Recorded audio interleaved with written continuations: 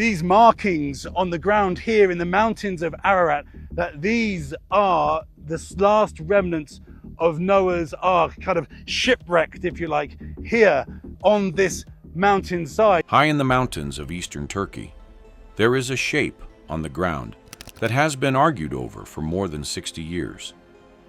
From the valley, it can pass for a strange ridge, another scar left by volcanoes, weather, and time. But from the air, the outline becomes harder to ignore. It sits in the wider Ararat region, the part of the world tied for centuries to the story of Noah's Ark. Recently, according to researchers working around the site, the investigation moved from looking at the surface to looking underneath it. That is where the story changes. Tales. God floods the earth, sparing Noah, his family, and 2 of every animal on board his ark. Now, an international team of researchers have found new evidence that a famous formation in Turkey could be the site of the ancient vessel. The question is no longer only whether the formation looks like a ship. The question is why scans beneath the ground appear to show straight lines, internal divisions, and layered spaces where ordinary geology should have been enough to explain everything. God's image, we have the presence of the divine in our lineage, and it all goes back to Noah. Nobody can call this proof yet. But the site has reached the uncomfortable stage where dismissal is no longer as simple as it used to be. The wrong mountain. For generations, people searching for Noah's Ark focused on Mount Ararat itself. It made sense. Ararat is famous, snow-covered, and almost too perfect for the imagination. Expeditions climbed its slopes, crossed glaciers, carried cameras through dangerous terrain, and often came back with stories, rumors, and very little evidence. The Durupınar formation sits lower and farther south, near Mount Tendurek, in a rough volcanic landscape where the wind seems to own the mountainside.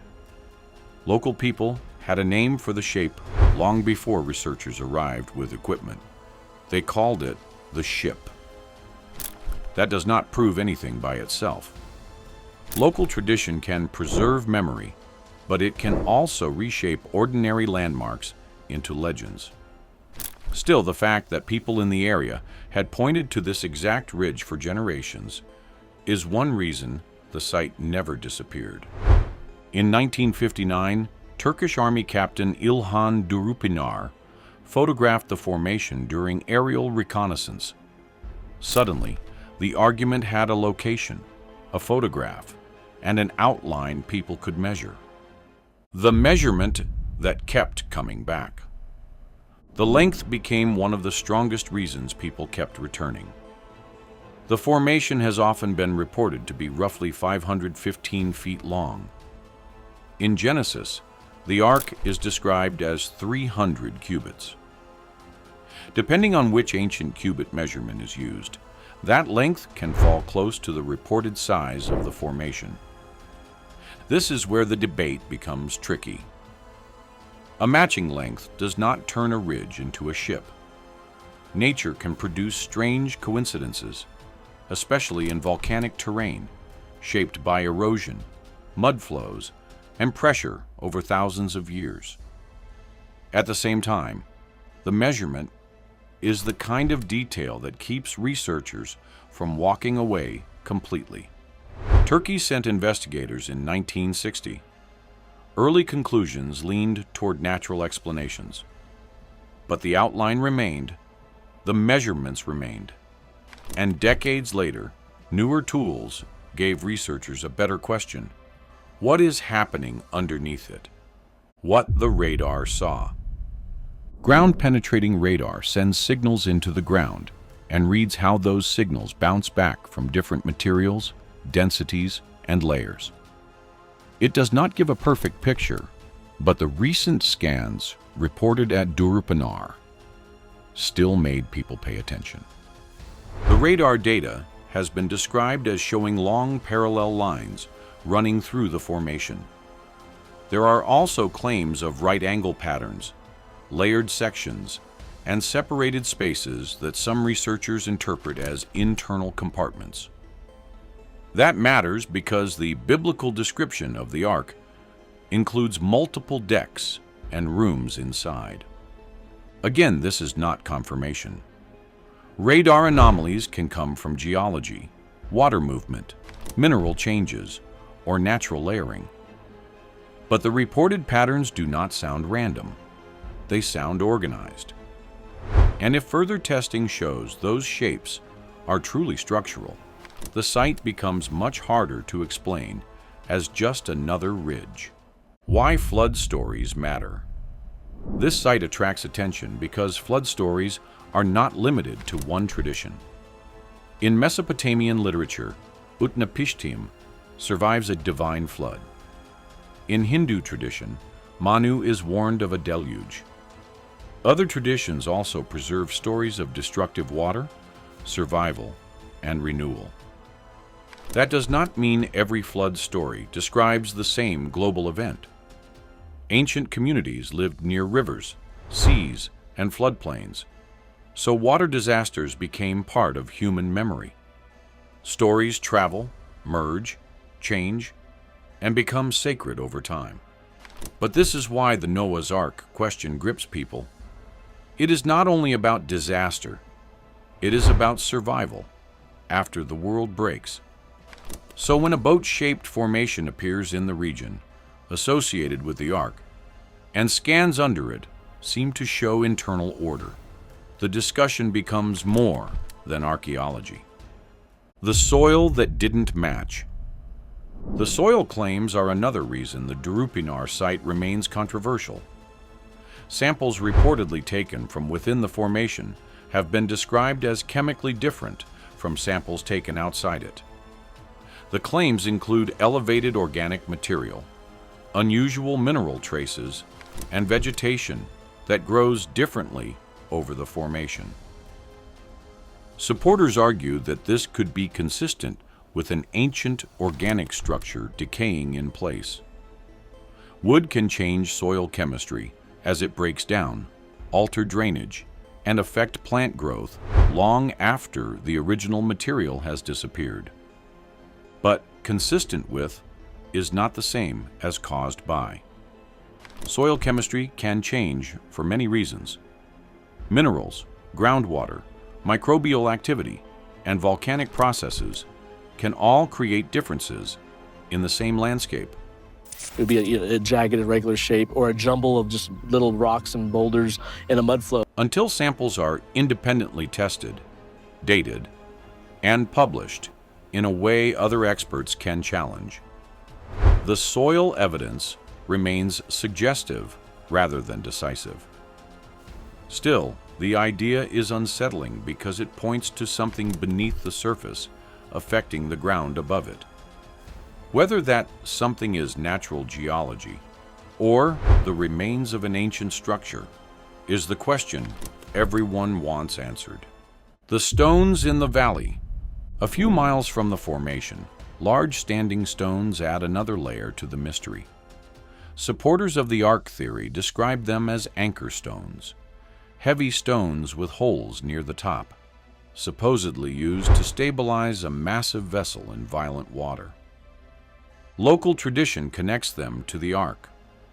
Some are said to line up in the direction of the formation.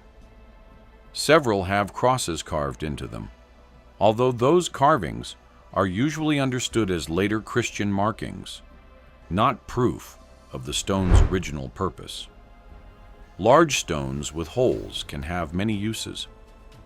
The lack of a universally accepted explanation does not automatically make them ark anchors, but their presence keeps the landscape feeling connected, as if the formation belongs to a wider story told across the valley.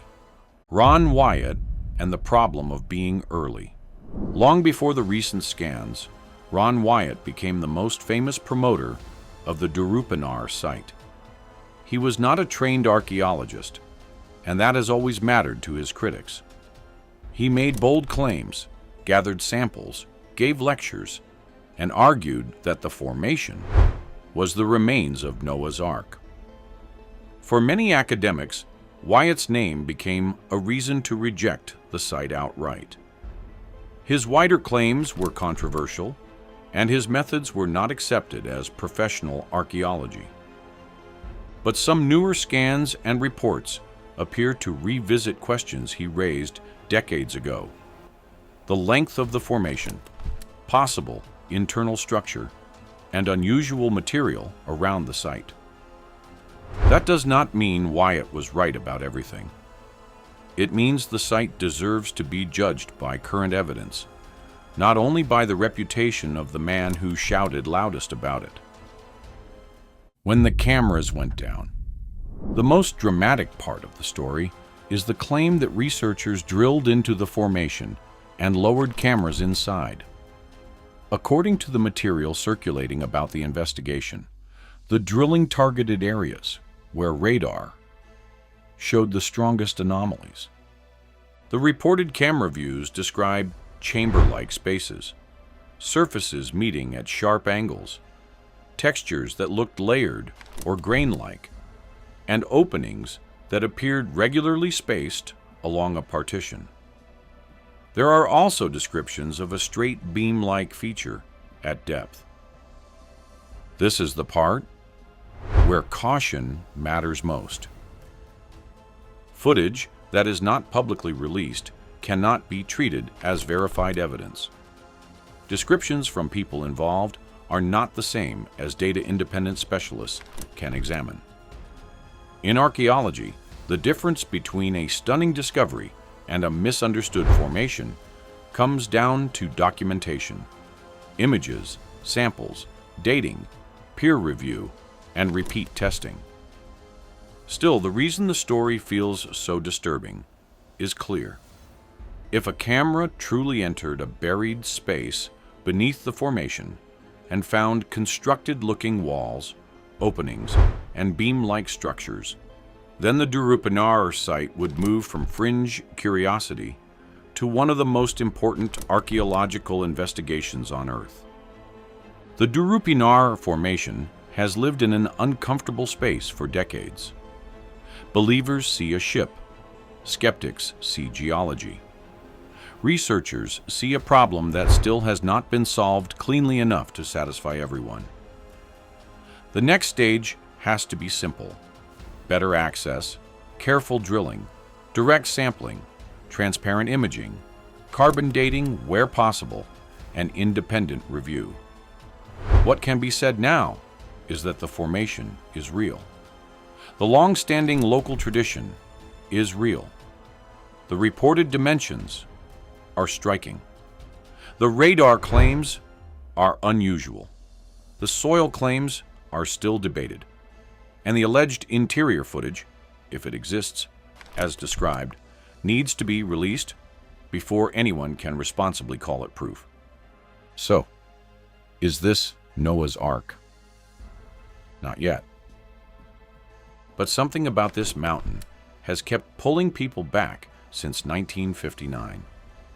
Every time the case seems closed, a new scan, a new sample, or a new claim opens it again. The story is not confirmed, but it is not finished either.